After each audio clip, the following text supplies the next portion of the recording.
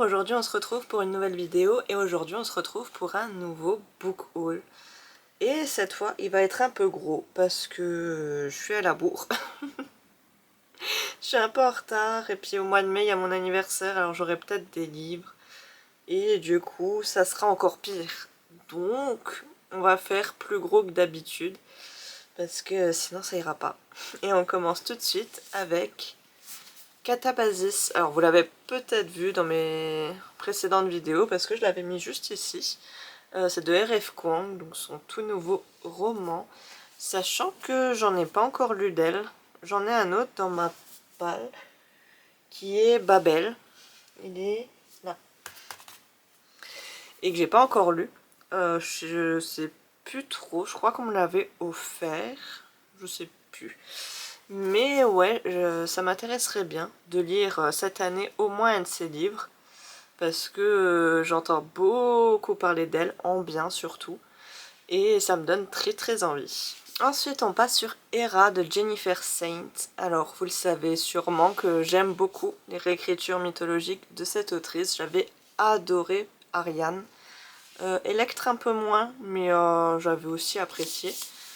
Et donc elle a sorti celui sur Hera. J'avais vraiment très hâte qu'il soit disponible chez nous en français. Donc pourquoi pas s'y atteler prochainement. Ensuite je vous ai fait une vidéo dernièrement sur mes sagas en attente. Et donc pour remédier à ça, je me suis acheté les tomes 4, 5, 6 de Autre Monde de Maxime Chatham d'occasion sur Vinted. Et j'ai peut-être prévu de lire en mai la suite enfin de cette saga. Peut-être. Ensuite on a été à une bourse aux livres en Belgique et j'ai fait quelques achats. Car c'était vraiment pas cher. Mais oui, ça j'ai acheté beaucoup de poches. Vous savez peut-être que j'ai tendance à bouder mes poches. Pourquoi? Je sais pas. Je sais pas, je mets souvent des brochets, mais les poches, les pauvres, ils sont à chaque fois laissés dans un coin.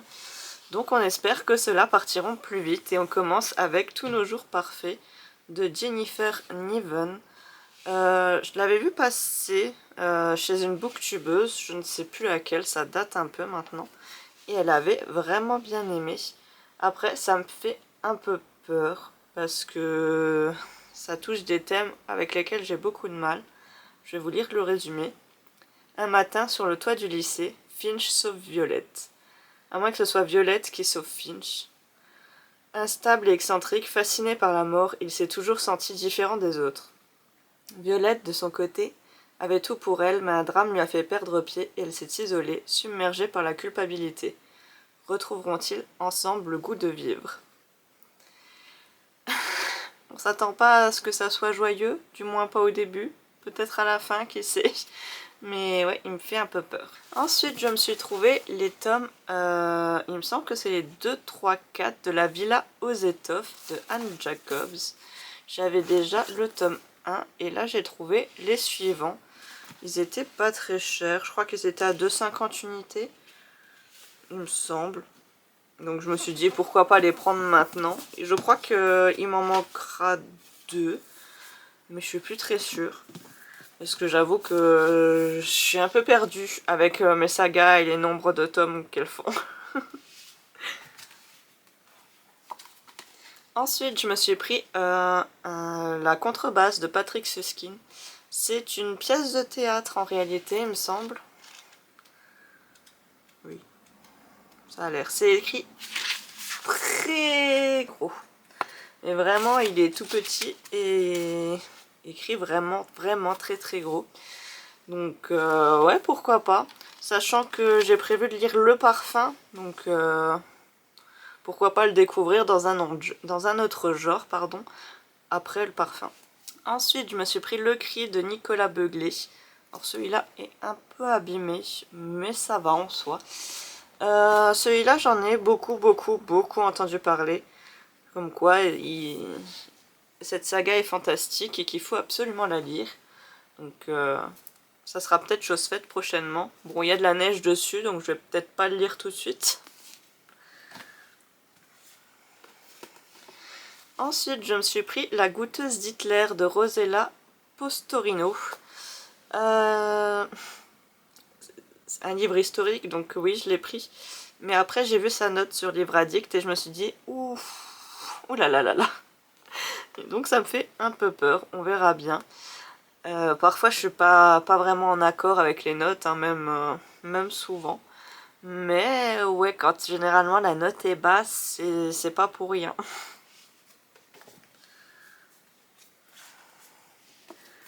Ensuite, je me suis pris L'hiver de la sorcière, donc c'est le tome 3 de la trilogie d'hiver, de la nuit...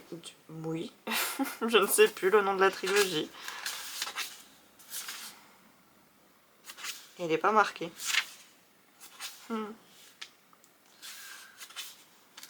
Je ne sais plus, je crois que c'est trilogie d'une nuit d'hiver. Mais ouais, ils auraient pu le marquer quand même, les pauvres. Oui, on va dire que c'est ça. Donc il me manquera le tome 1 et 2. J'avoue que j'ai beaucoup entendu parler aussi de cette saga qui est un peu un conte russe. Quelque chose comme ça, basé sur un conte russe peut-être. Donc très hâte de découvrir ça parce que je lis pas vraiment en réalité des récits qui se passent en Russie ou qui viennent de Russie. Donc pourquoi pas découvrir ça. Ensuite, je me suis pris La chambre ardente de Max Gallo. Alors, j'avais déjà lu un roman de Max Gallo, c'était Jeanne d'Arc. J'avais pas du tout apprécié sa façon d'écrire, mais je me suis dit, c'est peut-être parce que c'est sur Jeanne d'Arc et que ça date vraiment beaucoup, donc il a voulu s'adapter. Et j'ai vu la note de celui-là et c'est pas très bon non plus.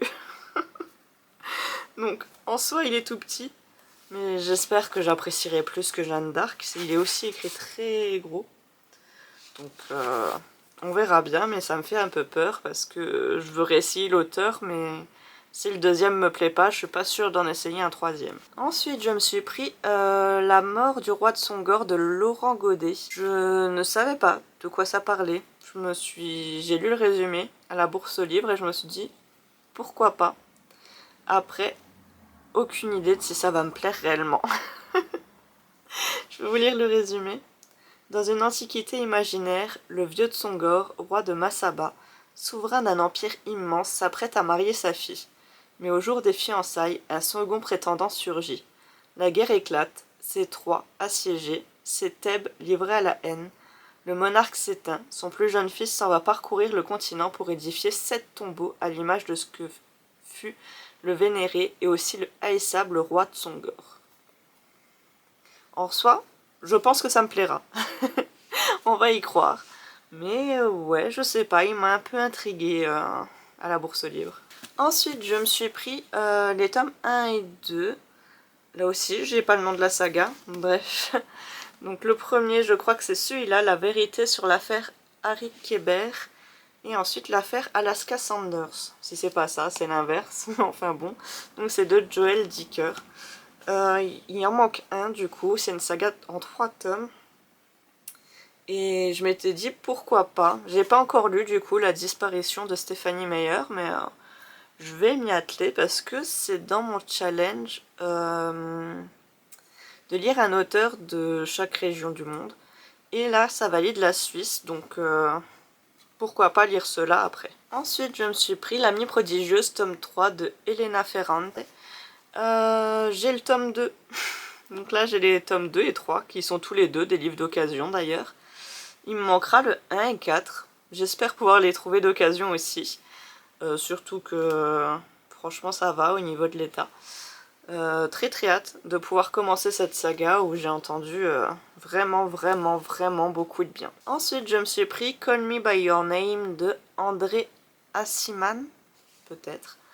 Là pour le coup j'avais vu le film passer, je l'ai pas vu non plus.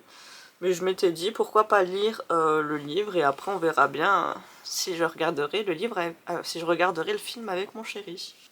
Avant-dernier livre que je me suis pris à la Bourse aux livres, c'est Le cœur converti de Stéphane Hertzmann.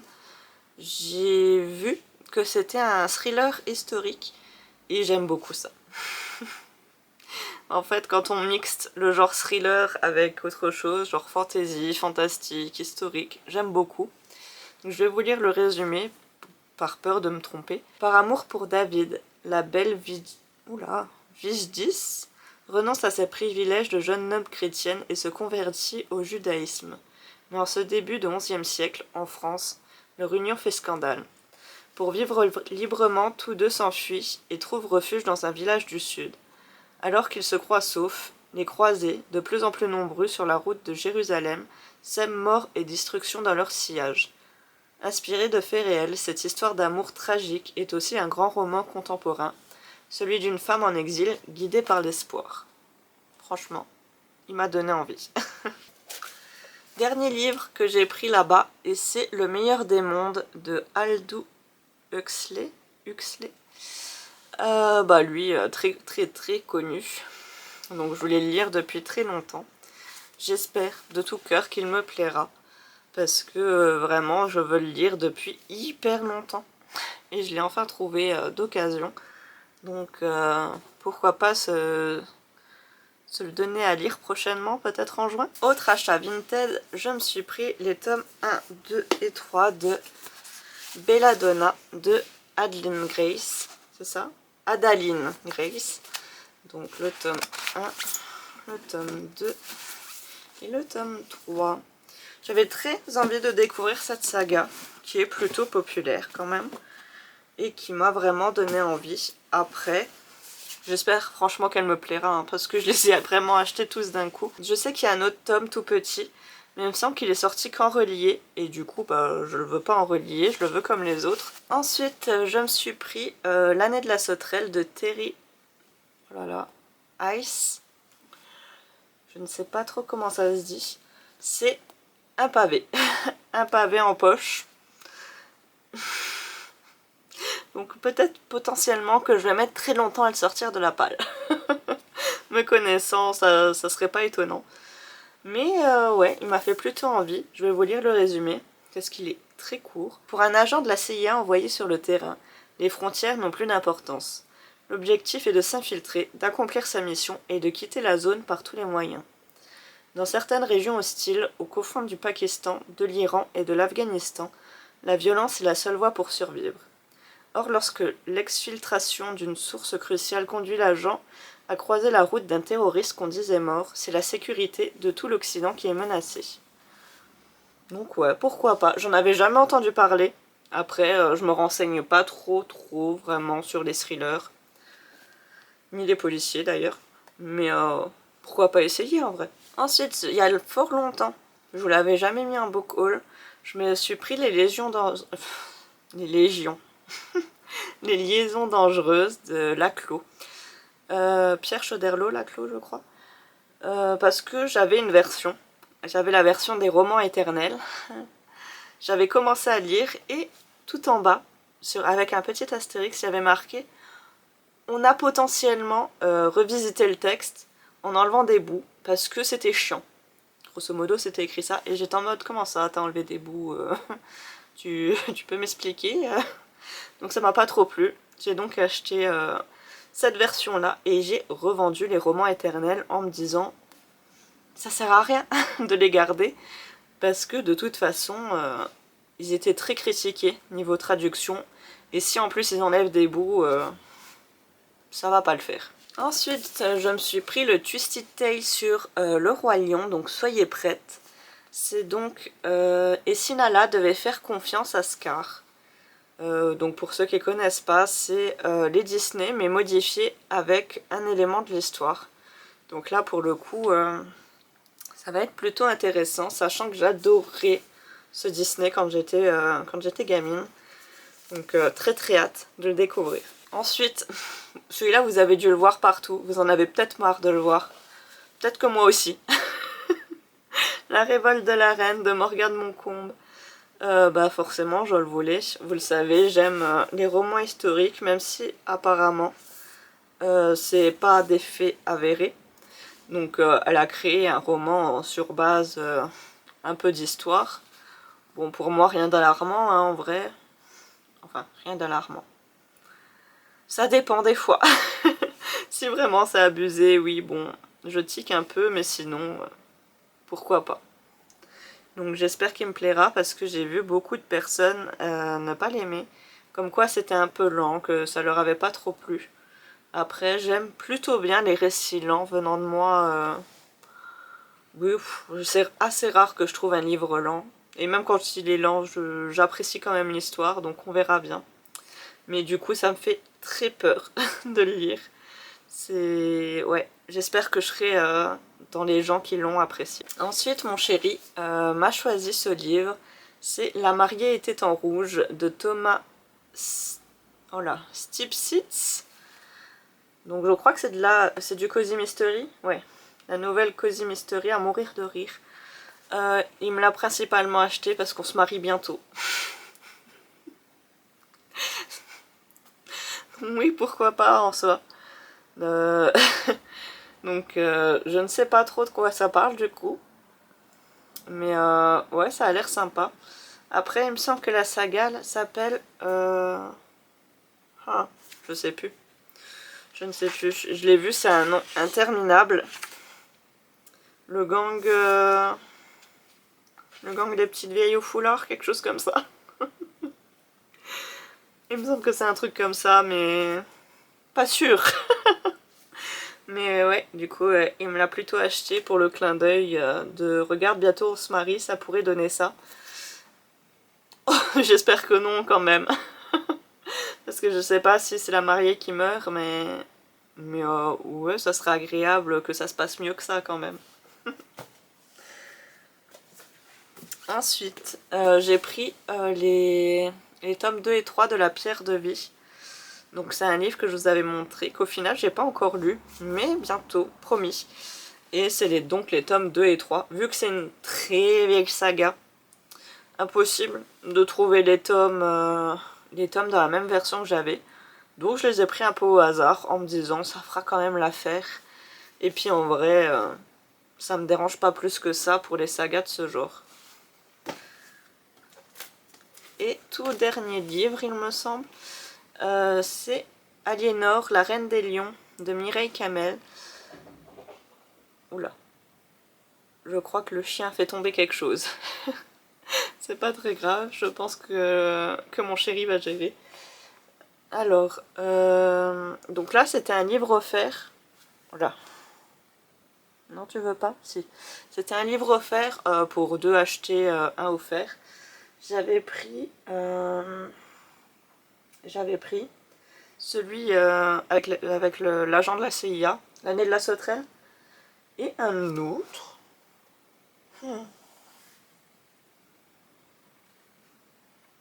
Et l'autre, je sais plus c'est quoi. C'est fou ça. Attendez, je regarde. Ah, et l'autre, c'est un que j'ai pas gardé pour tout de suite.